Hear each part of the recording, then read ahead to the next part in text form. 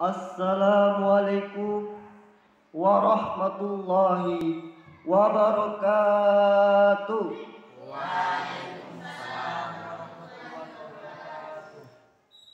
Dewan juri yang saya hormati serta hadirin sekalian yang saya hormati dan saya banggakan.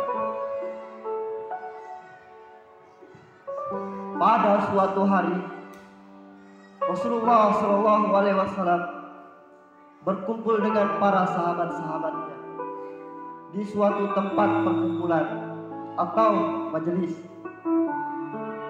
Kemudian Rasulullah SAW beranjak dari tempat duduknya seraya mengatakan pertanyaan kepada sahabat-sahabat yang di bawah tadi.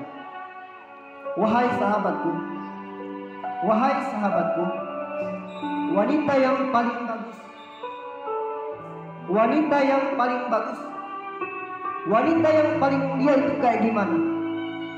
Kemudian para sahabat semua yang ada di majelis terdiam. Semuanya terdiam. Bahkan para sahabat-sahabat Nabi yang terkenal dekat hanya bisa terdiam pada saat itu. Dan beberapa mengatakan mungkin sholatnya ya, mungkin ngajinya, mungkin sembayangnya, mungkin itunya, mungkin ininya, semuanya pakai mungkin dan tidak ada kepastian.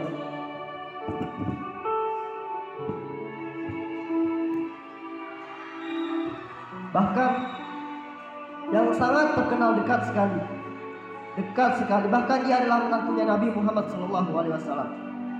Dia adalah Ali bin Abi Thalib. Pada saat itu dia hanya terdiam, tertunduk sambil berpikirkan, sebenarnya wanita yang paling mulia ini kayak gimana? Kayak gimana ya? Semuanya berpikir dan bingung. Sebenarnya wanita yang paling mulia itu kayak gimana? Singkat cerita, pulanglah semua para sahabat-sahabat tadi bersama dengan Ali. Sambil dalam perjalanannya memikul beban, yaitu tentang pertanyaan Rasulullah. Dalam hatinya yang sangat mendalam bertanya-tanya, wanita yang paling mulia itu kayak gimana? Wanita yang paling mulia itu kayak gimana? Sesampainya di rumah, Ali mengetuk pintu rumahnya. Ali memberi salam, Assalamualaikum. Kemudian Fatimah Zahra membukakan pintunya. Kemudian dia menjawab salamnya, Waalaikumsalam. Kemudian Fatimah yang pertama kali ditanyakan adalah, wahai suamiku, ilmu apa yang kau dapat pada hari ini? Ini adalah teladan yang pertama yang kita harus ambil, khususnya para istri. Pertama kali jika suami datang ke rumah, yang dikatakan adalah dapat ilmu apa, bukan dapat uang berapa. Itu adalah teladan yang pertama yang kita harus ambil. Dapat ilmu apa, bukan dapat uang berapa. Oke.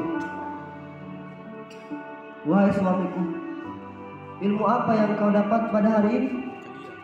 Kemudian Ali menjawab, kami mendapat banyak ilmu, banyak sekali ilmu. Tetapi kami juga mendapatkan pertanyaan dari Rasulullah SAW yang kami tidak bisa menjawabnya. Kemudian Fatimah berkata, pertanyaan apa itu wahai suamiku? Kemudian Ali berkata, sebenarnya wanita yang paling mulia, wanita yang paling bagus, wanita yang paling cantik ini kayak gimana sih? Kayak gimana? Tiba-tiba Fatimah terdiam dan tersenyum. Kemudian dia berkata, saya punya jawabannya. Langsung Ali berkata, apa itu? Apa? Kemudian Fatimah membisikkan ke telinganya Ali, Seketika itu Wajah Ali menjadi senang, berbinar-binar, berseri-seri, karena dia sudah mempunyai jawabannya. Kemudian keesokan harinya, berkumpullah para sahabat-sahabat tadi dengan Ali dan para sahabat-sahabat dekat lainnya di suatu majelis. Kemudian Rasulullah bertanya lagi, "Wahai sahabatku, apakah kalian sudah mempunyai jawabannya?" Kemudian Ali mengacungkan tangannya sambil bersemangat, "Kami Rasulullah, kami." Dia menjawab, "Kami." Dia tidak bilang saya. Kenapa? Karena jawabannya ini dari Fatimah Zahra, bukan dari dirinya sendiri. Kemudian Rasulullah berkata, "Apa itu wahai Ali? Wanita yang paling bagus, wanita yang paling cantik, wanita yang paling mulia itu kayak gimana Ali?" Kemudian Ali berkata, "Wanita yang paling mulia adalah wanita yang tak pernah dilihat laki-laki dan tak pernah melihat laki-laki."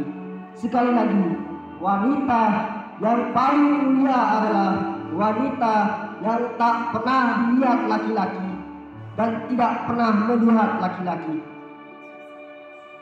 Maknanya apa? Apa kebenarannya?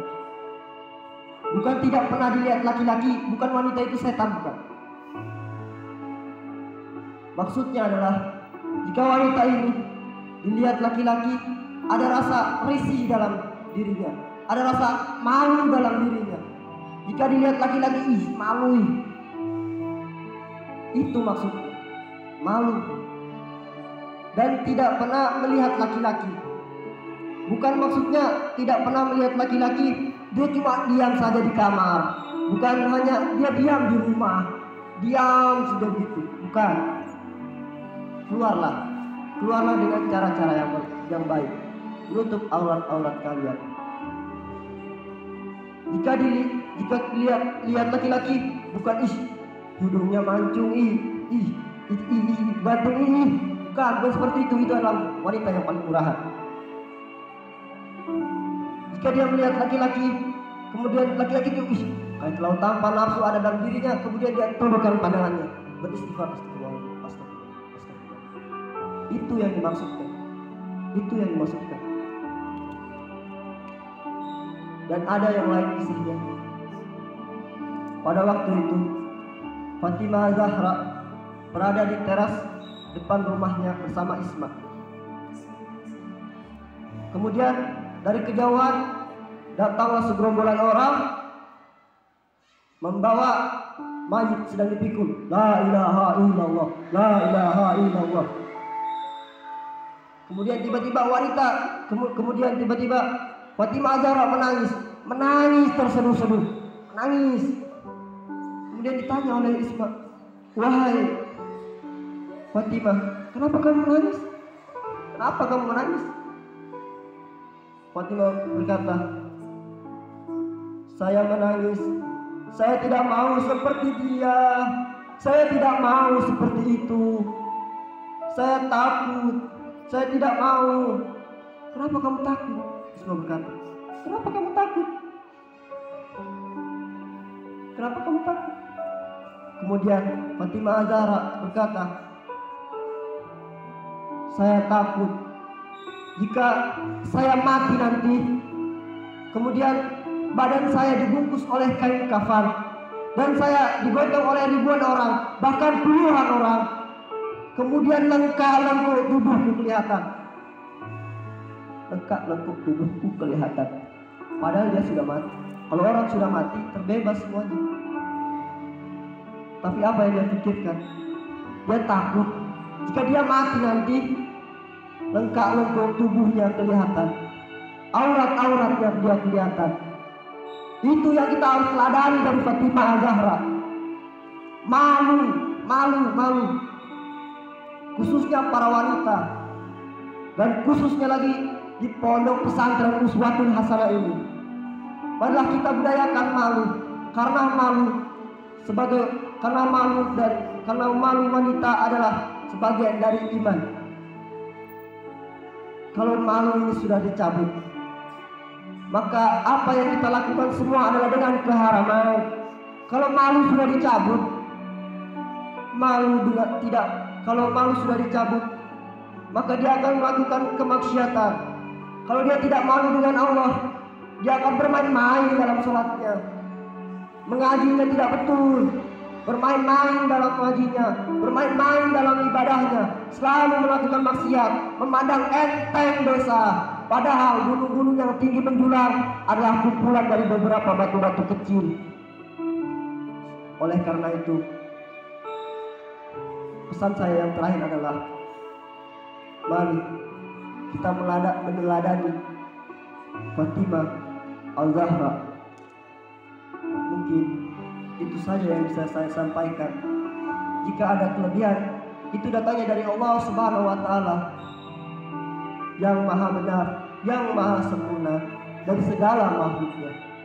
Jika ada kesalahan, itu datangnya dari saya sendiri yang tak luput dari kesalahan dan kehilafan. Wabillahi taufiq wal hidayah, waridha wal hidayah. Wassalamualaikum warahmatullahi wabarakatuh.